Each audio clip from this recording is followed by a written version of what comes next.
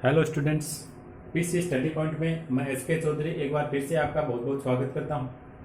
पिछले कुछ दिनों से आपके लिए वीडियो तैयार नहीं कर पाए, इसके लिए हमें खेद है। फिजिक्स और केमिस्ट्री दोनों के ही वीडियो डिले हो रखे थे। कोशिश करेंगे अब जल्दी ही इनको नियमित क्लासेज आपके लिए वापस स्टार्ट कर दी जाएँ। केमिस्ट्री का वीडियो आज मैं आपके लिए लेकर के आया हूँ, जिसमें अपन जो चैप्टर पढ़ रहे थे उसका लास्ट एक टॉपिक बच गया था, उसको कंप्लीट करेंगे। उसके बाद में अपन नया चैप्टर स्टार्ट करेंगे। अपना जो चैप्टर चल रहा था उसमें अपने बचा हुआ था जो धातुएं अपन ने पढ़ी थी, उनके कुछ अनुप्रयोग अपने को पढ़ने हैं।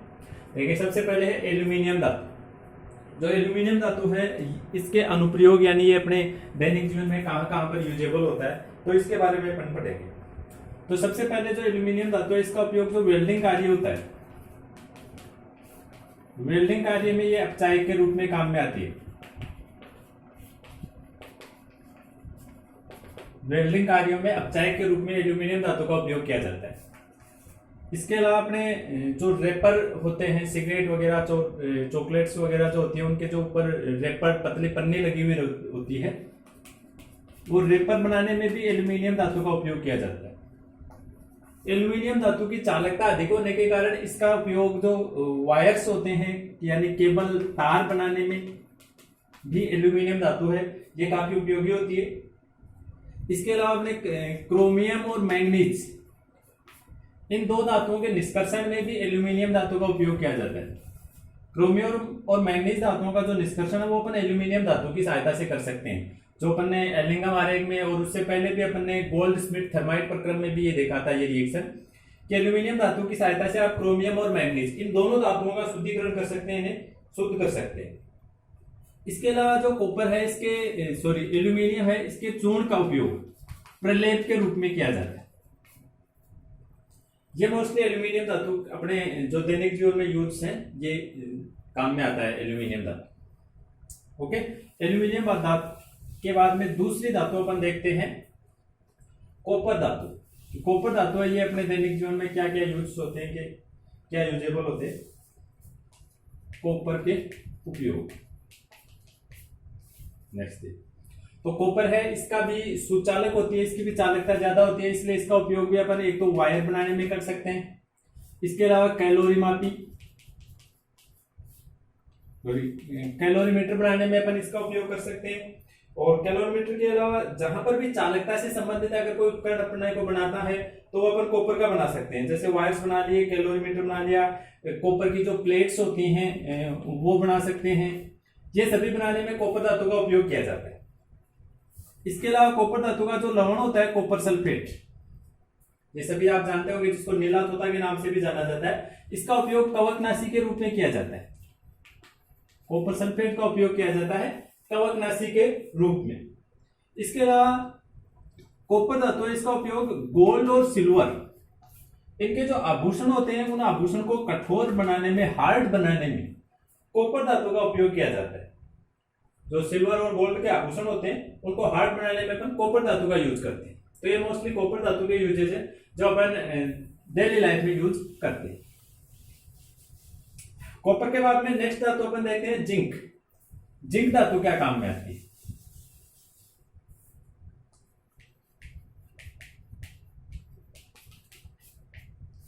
प्रत्येक धातु के आपको 2-3 उपयोग ध्यान में रखने हैं, मोस्टली धातु क्या काम में आती है अपने।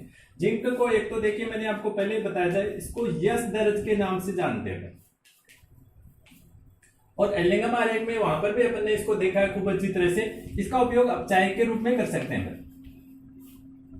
जिंक एक बढ़िया प्रबल अपचायक होता है, तो इसका उपयोग जैसे फिनोल वगैरह होता है तो उसमें ओजोनोइड वगैरह भी आपने 11th क्लास में पढ़ा है, उसके अपचयन में जिंक धातु का उपयोग किया जाता है, यश दर्ज का उपयोग किया जाता है। बहुत सारी मिश्र धातुएं बनाने में जिंक का उपयोग किया जाता है, जैसे पीतल है। इसके अलावा इसकी एक मिश्र धातु बनती है जर्मन सिल्वर नाम की, इसका भी उपयोग किया जाता है। जर्मन सिल्वर, ये मोस्टली पूछ सकते हैं आपसे, कई बार पूछते हैं, ये कौन कौन सी धातुओं से मिलकर के बनी हुई होती है जर्मन सिल्वर। मोस्टली इसमें सबसे ज्यादा जो धातु है वो कॉपर होती है, 60% इसमें कॉपर धातु पाई जाती है। इसके अलावा जो जिंक है वो केवल 20% होता है, कॉपर होता है लगभग 60%, जिंक धातु होती है 20%, और बाकी के 20% इसमें होती है निकेल धातु। इन तीनों धातुओं को मिलाकर के मिश्र धातु तैयार की जाती है, जिसका नाम होता है जर्मन सिल्वर। Fe यानी आयरन, लोहे पर जंग लगने से बचाने के लिए अपन ने पढ़ा था कि लोहे का गैल्वेनीकरण किया जाता है। तो वो लोहे का जो गैल्वेनीकरण है वो जिंक की सहायता से किया जाता है, और इसकी सहायता से लोहे को जंग लगने से इसको बचाया जाता है। इसके अलावा जिंक धातु के उपयोग अपन ने इसी चैप्टर में पहले भी पढ़े हैं। जो सिल्वर और गोल्ड है इनके निक्षालन में अपन ने पढ़े थे, जिसको साइनाइड प्रक्रम भी बोलते हैं या जल धातुक्रम भी कहा था हमने, सीमेंटेशन प्रक्रिया होती। तो उसमें अपन ने जिंक की सहायता से सिल्वर और गोल्ड इन दोनों धातुओं का निक्षेपण किया था, इनको शुद्ध अवस्था में प्राप्त किया था। तो सिल्वर और गोल्ड के निक्षालन में, या आप कह सकते हैं कि सिल्वर और गोल्ड के निष्कर्षण में जिंक धातु का उपयोग किया जाता है। तो ये मोस्टली जिंक धातु के उपयोग है जो अपन दैनिक जीवन में इसको यूज लेते हैं। जिंक के बाद में अगली धातु अपन देखते हैं आयरन। तो आयरन है, इसमें देखिए अपने पास में दो प्रकार के आयरन उपलब्ध होते हैं। पहले में अपन ने पढ़ा है, जब लोहे का निष्कर्षण किया था उस समय अपन ने लोहे के बारे में पढ़ा था कि अपने पास में दो प्रकार का लोहा प्राप्त हुआ था। पहले अपने पास में एक ढलुआ लोहा प्राप्त हुआ था, और फिर उसको और ज्यादा शुद्ध करके हमने उसको चेंज किया था और उसका नाम रखा था पिटवा लोहा। तो इन दोनों के अलग अलग यूजेज होते हैं।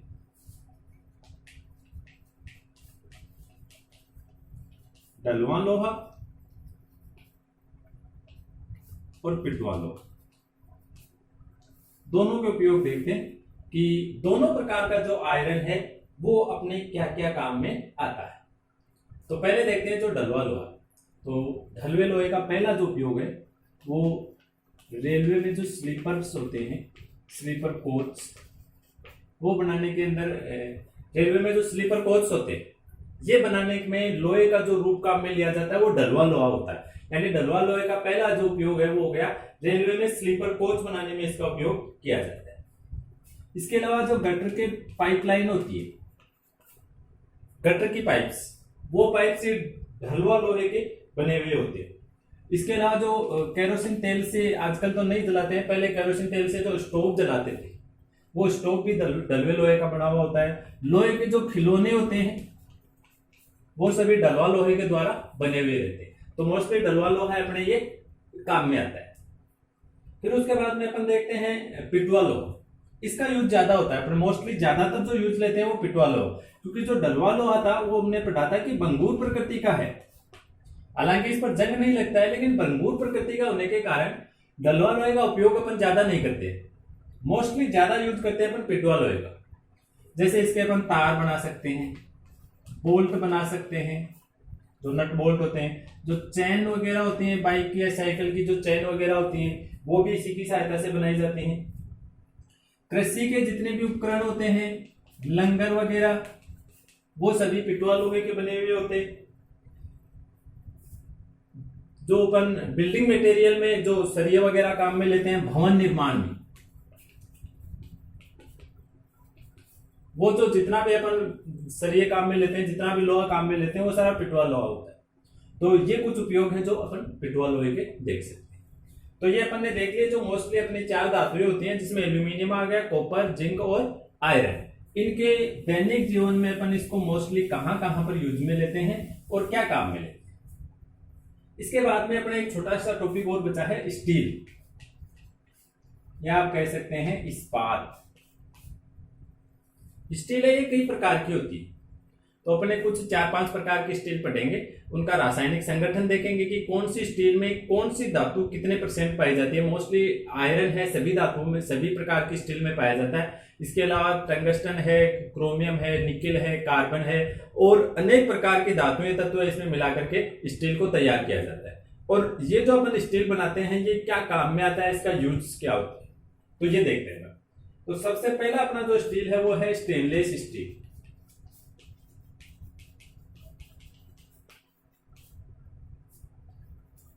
आयरन, ये धातु लगभग सभी प्रकार की स्टील में पाई जाती है। स्टेनलेस स्टील में जो आयरन है वो लगभग 73%, यानी 3/4 आयरन पाया जाता है। इसके अलावा इसमें क्रोमियम होता है, निकेल होता है और बहुत ही कम मात्रा में इसमें कार्बन पाया जाता है। जो क्रोमियम है ये लगभग 18%, निकिल लगभग 8% और 1% इसमें लगभग पाया जाता है कार्बन। ये सभी मिलाकर के स्टेनलेस स्टील का निर्माण किया जाता है। इसका जो उपयोग है स्टेनलेस स्टील, ये क्या काम में आता है? जो ऑटोमोबाइल सेक्टर होता है, ऑटोमोबाइल सेक्टर में जो कलपुर्जे होते हैं, जितने भी पार्ट्स वगैरह होते हैं, वो लगभग सभी स्टेनलेस स्टील के बने हुए रहते हैं। इसके अलावा इसके बर्तन बना सकते हैं अपन। अपनी जो साइकिल होती है, साइकिल के निर्माण में भी स्टेनलेस स्टील का उपयोग किया जाता है। ब्लेड्स वगैरह, घड़ियां वगैरह, जो अपने दाढ़ी बनाने की जो ब्लेड होती है, शेविंग ब्लेड, ये भी स्टेनलेस स्टील से ही बनी हुई होती है। तो ये कुछ उपयोग है स्टेनलेस स्टील के। नेक्स्ट इसके बाद में दूसरी स्टील जो अपन देखेंगे वो है निकिल स्टील। पहला हो गया स्टेनलेस स्टील, दूसरा अपन देखेंगे निकिल स्टील। इसमें आयरन बहुत ही ज्यादा मात्रा में होता है, लगभग 97% इसमें केवल आयरन पाया जाता है। निकिल इसमें बहुत ही कम होता है, लगभग 2.5%। निकिल की मात्रा इसमें बहुत कम है। 97% इसमें केवल आयरन है। जो निकिल धातु है वो इसमें मात्र 2.5% है और जो बाकी का बचा हुआ है आधा % वो इसमें कार्बन पाया जाता है। कार्बन की मात्रा इसमें होती है मात्र 0.5%। ये तीन तत्वों को, दो धातुएं और कार्बन को मिलाकर के अपन निकिल स्टील तैयार करते हैं। इसका जो उपयोग है वो मोस्टली जो एरोप्लेन्स होते हैं, वायुयान के जो पुर्जे वगैरह होते हैं, इसके जो पार्ट्स वगैरह होते हैं, वायुयान के पार्ट्स बनाने में काम में लिया जाता है। इसके अलावा जो गियर होता है, गाड़ियों के जो गियर बॉक्स होते हैं, वो गियर बनाने में भी निकिल स्टील का यूज किया जाता है। इसके अलावा इसके अपन वायर्स बना सकते हैं, यानी तार बना सकते हैं। और जो अपनी ड्रिलिंग मशीन आती है, जिसकी सहायता से अपन दीवार में छेद निकालते हैं, ड्रिलिंग मशीन, वो बनाने में भी निकिल स्टील का ही यूज किया जाता है। तो ये कुछ उपयोग निकिल स्टील के। उसके बाद में नेक्स्ट तीसरी स्टील अपन देखते हैं, जिसका नाम है इनवार। स्टील का नाम है इनवार नाम की स्टील। इसमें जो Fe है वो ये लगभग आयरन 64% इसमें आयरन पाया जाता है। आयरन धातु लगभग 64% और बाकी का इसमें पाया जाता है निकिल, यानी 64 के बाद में बच गया कितना? 36। केवल दो ही धातुएं हैं, 64% आयरन, बाकी का शेष निकिल। इन दोनों धातुओं से मिलाकर के बनाया जाता है इनवार नामक स्टील को। इसका जो उपयोग है वो जो घड़ी का अपना पेंडुलम होता है, एक तो आपने सभी ने देखा होगा, घड़ी में जो पेंडुलम होता है वो इनवार स्टील का बना हुआ रहता है। इसके अलावा जो मापक यंत्र आते हैं, मापने के यंत्र, मापक यंत्र बनाने में भी इनवार स्टील का उपयोग किया जाता है। मापक यंत्र में के अंतर्गत जैसे आप मीटर स्केल भी बता सकते हैं। मीटर स्केल मापक यंत्र ही हो गया। वैसे मीटर स्केल बनाने में भी इनवार स्टील का उपयोग किया जाता है। तो ये तीन प्रकार की स्टील तो ये हो गई, स्टेनलेस स्टील है, निकिल स्टील है, इनवार है। तीन प्रकार की और है, बाकी की तीन और देखते हैं अपन। देखिए, चलिए नेक्स्ट है अपना चौथा है टंगस्टन स्टील। टंगस्टन भी एक तत्व है जिसको अपन W के द्वारा इसे शो करते हैं। टंगस्टन डीप ब्लू का एलिमेंट्स है जिसे W के द्वारा अपन शो करते हैं। चलिए देखते हैं टंगस्टन स्टील। इसमें नाम से पता चल रहा है कि इसमें टंगस्टन की भी कुछ मात्रा होती है। टंगस्टन स्टील में जो आयरन है वो लगभग 94% तो इसमें केवल आयरन होता है। बाकी इसमें जो टंगस्टन होता है, क्रोमियम निकिल ये नहीं होते हैं, इसमें टंगस्टन होता है लगभग 5% और बाकी का जो शेष 1% बच गया वो इसमें क्या हो जाएगा? कार्बन हो जाएगा। इन तीनों से मिलाकर के अपन बनाते हैं टंगस्टन स्टील का निर्माण करते हैं। इसका जो उपयोग है, इसका उपयोग अपन इस प्रकार के औजार बनाने में करते हैं। अगर हाई प्रेशर पर किसी वस्तु को, किसी चीज को काटना होता है तो उसके लिए जो उपकरण, मशीनरी वगैरह होती है, वो बनाने में टंगस्टन स्टील का उपयोग किया जाता है। उच्च दाब पर, हाई प्रेशर, उच्च दाब पर काटने वाले औजार या यंत्र, बस यही एक उपयोग है। जो टंगस्टन स्टील को उपयोगी बनाता है। मोस्टली इसी काम में आता है टंगस्टन स्टील। टंगस्टन के बाद में नेक्स्ट है मैंगनीज स्टील। नाम से स्पष्ट हो रहा है कि इसमें मैंगनीज धातु की मात्रा भी होगी। जैसे टंगस्टन स्टील में टंगस्टन धातु की मात्रा है, वैसे मैंगनीज स्टील है तो इसमें मैंगनीज धातु होगा। इसमें लगभग 86% आयरन होता है और मैंगनीज लगभग 13% मैंगनीज है और बाकी का 1% जो है वो इसमें होता है कार्बन। ये इसके संगठन। मैंगनीज स्टील, मैंगनीज से बनी हुई ये जो स्टील है जिसका नाम मैंगनीज स्टील है, ये बहुत ही ज्यादा हार्ड मजबूत होती है, बहुत ही ज्यादा कठोर होती है। इसलिए इसका मोस्टली जो उपयोग किया जाता है वो मजबूत जो तिजोरियां होती है, मजबूत लॉकर वगैरह होते हैं, वो बनाने में मैंगनीज स्टील का उपयोग किया जाता है। और इसके अलावा जो रेलवे की लाइंस होती हैं वो भी अपन देखते हैं काफी हार्ड होते हैं, काफी टफ होती हैं, तो वो बनाने में भी मैंगनीज स्टील का उपयोग किया जाता है। और जो लास्ट स्टील है वो है क्रोम स्टील। अंतिम स्टील है क्रोम स्टील, जिसमें आयरन पाया जाता है। सबसे ज्यादा आयरन इसी स्टील में पाया जाता है, 98%। इसमें केवल आयरन होता है और बाकी का 2% इसमें ये क्रोम यानी क्रोमियम धातु होती है 2%। बाकी 98% इसमें केवल आयरन होता है। इसका जो उपयोग होता है, जो अपने बाल बेरिंग वगैरह आते हैं, मशीनरी होती है, उसमें जो अपन बेरिंग डालते हैं, ये बेरिंग बनाने में। और इसके अलावा रेती, अपने जो मशीन की रेती आती है वो रेती बनाने में क्रोम स्टील का उपयोग किया जाता है। तो ये अपने 6 प्रकार की जो स्टील्स हैं, इनकी उपयोगिता अपन ने देख ली, इनका रासायनिक संगठन। इसी के साथ में अपना ये जो धातु कर्म का चैप्टर चल रहा था ये कंप्लीट होता है। उसके बाद में अपना जो नेक्स्ट चैप्टर है वो पी ब्लॉक एलिमेंट्स जल्दी स्टार्ट करेंगे और कोशिश करेंगे आगे के जो वीडियोज है वो बिना गैप दिए हुए, जिस तरह से अपन अपनी क्लासें पहले चल रही थी, कोशिश करेंगे जितना जल्दी हो सके यथाशीघ्र उसी प्रकार उसी पैटर्न में आपकी क्लासें वापस स्टार्ट कर दी जाए, ताकि आपकी पढ़ाई का किसी प्रकार से नुकसान नहीं हो। आज की वीडियो को आपने अंत तक देखा, इसके लिए बहुत बहुत धन्यवाद और हमारे साथ जुड़ने के लिए आपका बहुत बहुत धन्यवाद। Thank you.